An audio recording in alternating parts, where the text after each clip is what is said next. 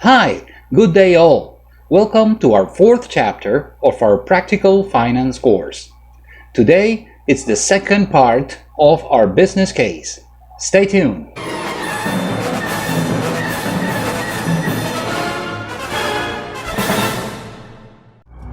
Okay, first I wanted to make a point here. I don't know very much about water bottling, and I don't know why on earth I picked up this project for the business case chapter. So please forgive me for not being precise in my comments and assumptions throughout the remaining of the course. The main goal of the course is not the water bottling process. It is, of course, the construction of a business case model.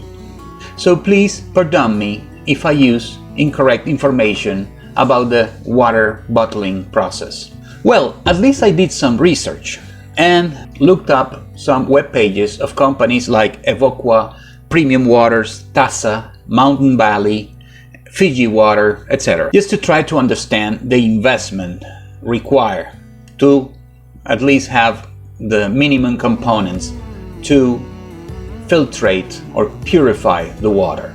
So please join me at the Excel again. Okay, so I did some makeup changes. As you see, now I have a logo. I changed some of the formatting here. The worksheet is the same, just some makeup as well as investment, market and financials. They all have the same format. As I told you, I did some research and looked up at some of the equipment needed to invest in this company.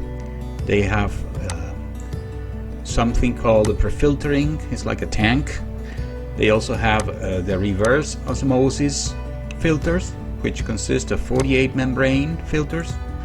Some filtration units too in this reverse osmosis that probably they need to be changed every once in a while. Also ultraviolet light equipment. The 1 micron filters, 2 filter houses with 21 1 micron filters. The ozonation disinfectant, also add minerals, monitoring equipments. And then they have this plastic bottle, they make it themselves. But to keep it simple, I'm probably not gonna use this. I'm just going to buy the bottles to another company. And well, that's some statistics they tell you in the videos, around 700 bottles of water per minute. But that's a huge factory. Maybe I will begin with something very small, and then I might grow up to 700 bottles per minute. Of course, packaging machines and pipes, lots of pipes. That's what I saw in the video. Okay, so I'm going for the investments. First of all, we need some sort of assumption that will help us determine the amount of investment needed. So I think this amount of production of bottles per minute could help us a lot. Remember that I told you that the company I looked up had a production of 700 bottles per minute. Maybe that could be our goal, or at least to have at the end of year 5. But let's put that as a sizing assumption. So let's begin with the normal investment. I saw pipes, lots of pipes, and also all the filtering equipment needed.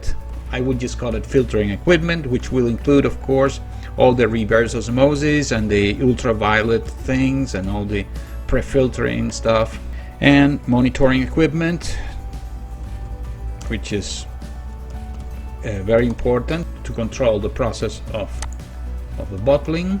And right down here I will put investments like, for example, all these filters, the membrane filters, the filtration units, the 1 micron filters, because I already know that for 700 bottles per minute I need this amount of filters. So it could be like a relationship that I already have. Let's have all these filtering issues here, membrane filters, everything that is replaceable, or at least have around a year or maybe 2. So let's put it apart so we can treat it differently. Minerals, of course, that's another thing. Disinfectants. So let's go back here. Okay, disinfectants. We have minerals. I don't know, maybe ozone is something you need to replace. Also, of course, the plastic bottles. But let's begin with this. Membrane filters, filtration units, membrane filters. Let's put this on the bottom. Filtration units. And we had these 1 micron filters. I think that's it. Of course, my PET bottles. PET plastic. Well, PET bottles. Okay. So, depending on the size, this would be like formulas that will grow or shrink depending on the amount of bottles per minute we're producing. Okay, so we're gonna do the monthly approach, which means that the data will be input in month, and then here we'll sum up or take the end of year. So in the case of bottles per minute, it will be the end of the year, of course, which is this one over here. Okay. In the case of this kind of investments, it's all sum, because it's the amount of pipes we buy throughout the year, the filtering equipment too. The other investments are just the sum. So we'll use this formula for the remaining investments. Okay, and here of course will be the data. The data that, as I told you, will be in a different color. Let's say green with this border. Okay, and of course I will use this as this will be the sum right here in these 3 and right here. Okay, so for example, let's give it a test. We have 500 here and 200 here, then we have the 700 sum. But if we have anything here, it won't show up because this is gonna be the 12th month, right? So one other thing we need is that in the case of bottles per minute, it should copy always the previous month. In case we need to change it, we just change 1 month. Okay. So already we have this 100 bottles per minute. We can change it whenever we want. So we will pick up the end of the year of each year.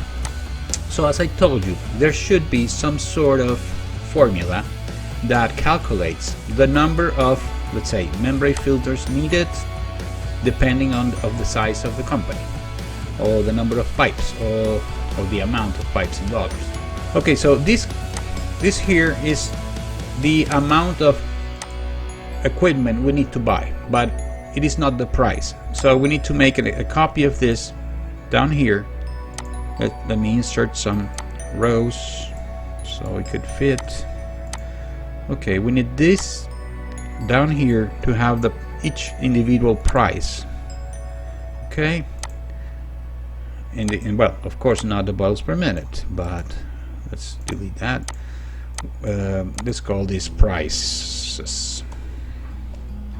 Okay, let's put it in bold. Okay, so here, okay, whatever the price we're gonna input here, I think this time it's gonna be like the same price per year, and then we use this the other way around, just like we did in the human resources. So right here we have some formula like this, but this time we'll use the currency right here. Does it have decimals? Let's take out the decimals. Okay. Also here, this same format for filters, bottles, and everything. Okay, so right here is the price. and in the monthly we will have always the first month will copy the year figure. Function F4. Let's, as I'm going to roll it down, I will need the C to be in absolute on the OK. And of course the formula for currency, let's be sure that it doesn't have decimals. Great. And let's go down. Perfect. We can then do this to the 12th month 12. Okay, one more, but this time instead of a C it's gonna be a D. Let's put this in rapid motion so you don't get bored.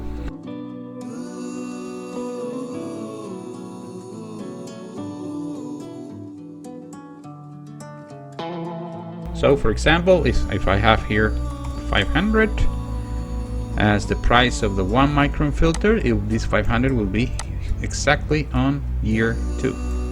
So the formula is okay. Okay, so we just need to multiply. Let's insert again. This time it will be the investment itself. Now the formula will be the amount of units bought in each one of the periods times the price. So that's a formula that will do it in a monthly basis, and then we sum up here in the investment. So right here we need the sum of everything we do as formulas here. 1, 2, 3. Okay, here.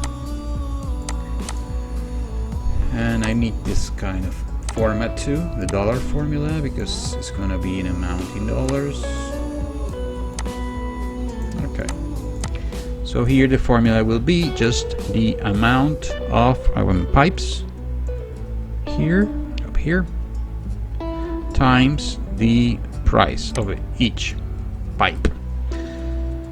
And that formula is the same here, and it's the same all the way down here. Okay. So we'll copy that up to the month number 60, which is here. Okay. Okay, so right now let's make a test. Let's put like we're buying, I don't know, say 200 pipes here on month 1. With the price being $500. So, okay, here it is. It should be here. Let's see how much that is. $100,000. With a bigger width, let's do this at 10, and let's do these at 9. I'm not sure if the amount of investment, at least by now, is enough. 9. Okay. Cool. Now that we know that the formulas are right, let's do another test. Filtering equipment, say 750, and that's on year 4. So maybe we bought filtering equipment on 46. 500 of this. Let's see. At 750 is 375,000. So it's perfect. Okay, let's erase this, delete this, and this. Okay, so the investment worksheet is almost ready. We need to have a big total for the investment. Total investment here. Remember that with this over here is something we need to buy regularly.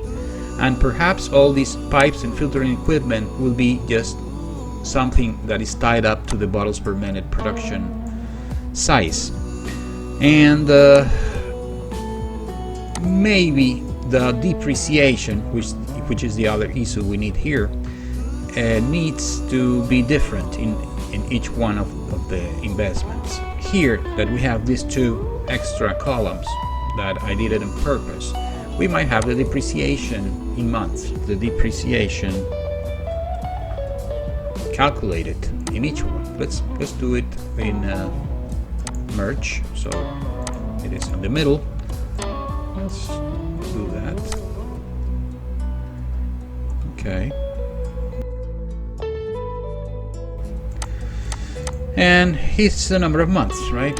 Let's put it here, months. Sorry. With underline. So, for example, pipes, we could say that the number of months that the pipes depreciate perhaps is 36 months. The filtering equipment, maybe will last the whole project, the 5 years, as well as the monitoring equipment. Membrane filters, so these might be perhaps 24 months. The filtration units, 24 months. The micron filters, maybe 12 months. Disinfectants, minerals, let's put this in 12 months. Well, PET bottles is not an investment. I don't know why I put it here, because it's gonna be it's actually something that is related to the cost of production, and it's one bottle per each of the units we produce, so we have to take it away from here. Let's take it away. Let's take it away. And take it away. Okay. So we have this total investment that we could add up. We can do this here or here in total. I don't know about you, but I like to do it in the top. It's not interfering. So we just sum up all the investment here and in bold. This is a formula that we need to replicate not only here but also in each individual month. Okay, right here. Okay, let's take this away. Okay, so depreciation, that's a formula that we need to work it out. Okay, before that, let me explain you what I did. Well, I took out all the disinfectants as well as the minerals because there were no investments either. I mean, they were like the bottles. It's part of the cost of sales or the cost of production of each of the water bottles. So I took them out and I placed the ozonation disinfectant equipment as an equipment, because I used to have ozone and disinfectant. So actually it is an equipment as I researched. So it's another equipment that is here. And let me explain you to the formulas that I placed on the investment side. Remember that I wanted to tie it up with the sizing of the bottles per minute of our production line. I did that by using these formulas here. This formula is mainly something that has to do with the research I made. Remember that I had 48 membrane filters for the production of 700 bottles per minute. So that's right here. For every 48 of the 700, as you see here, is the I13, which is the 48. 48 out of the 700 times, of course, the number of bottles per minute I'm producing. If I have 700 here, it will automatically get into 48. The same thing I did with the filtration units and the 1 micron filters. As you see here, there were 21 1 micron filters and 12 filtration units. So I did that right here. And also I really made it up. I made it up that I would have like 20 feet of pipes per every bottle per minute I produce. Okay, so if I calculated for what I saw in the video, I mean, it's very rough estimation, that those pipes might be around 14,000 feet of pipes through all the factory. I'm not sure, of course, it's just a guess number that it will be used as my input assumption.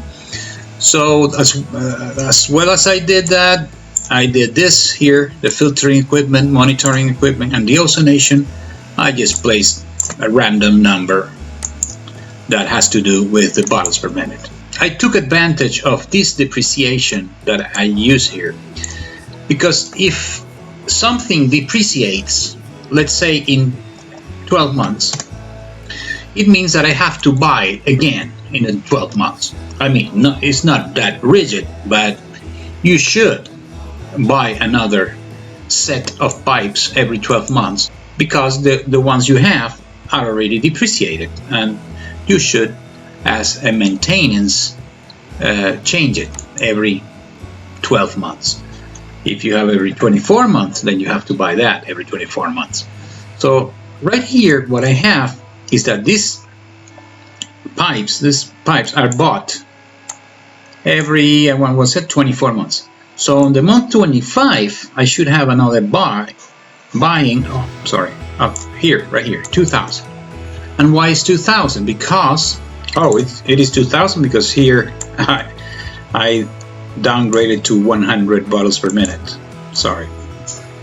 But I would imagine that the whole assembly line is made for growing.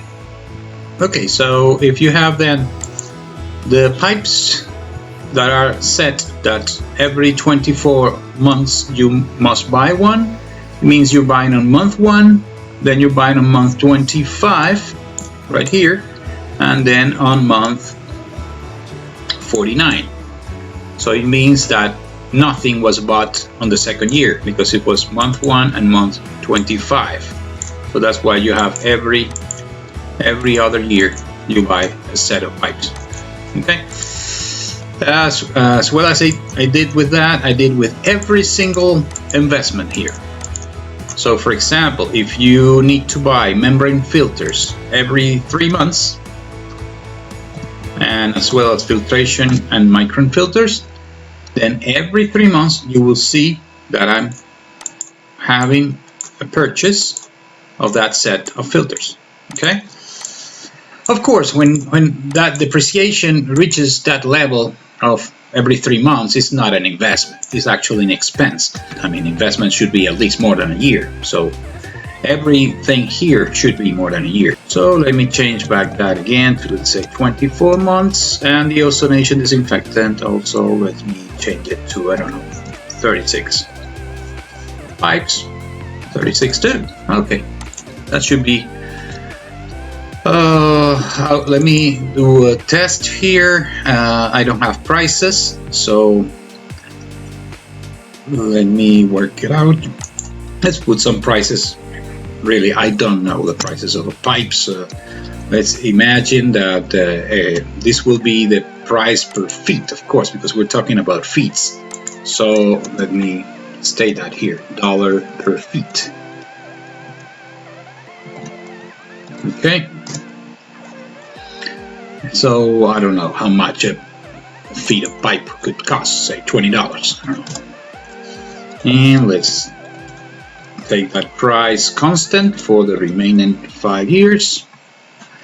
And let's just, okay, perfect. So here is 14,000 feet of pipes, $20 each, $280,000 in this year and in this year. Perfect. Okay. So let's see how I made a depreciation. As you see here, if you want to depreciate in 36 months, it's a linear depreciation, so it should be 280,000, right, divided by 36. That's big. There's a monthly depreciation of $7,777, which is something that you have here, right?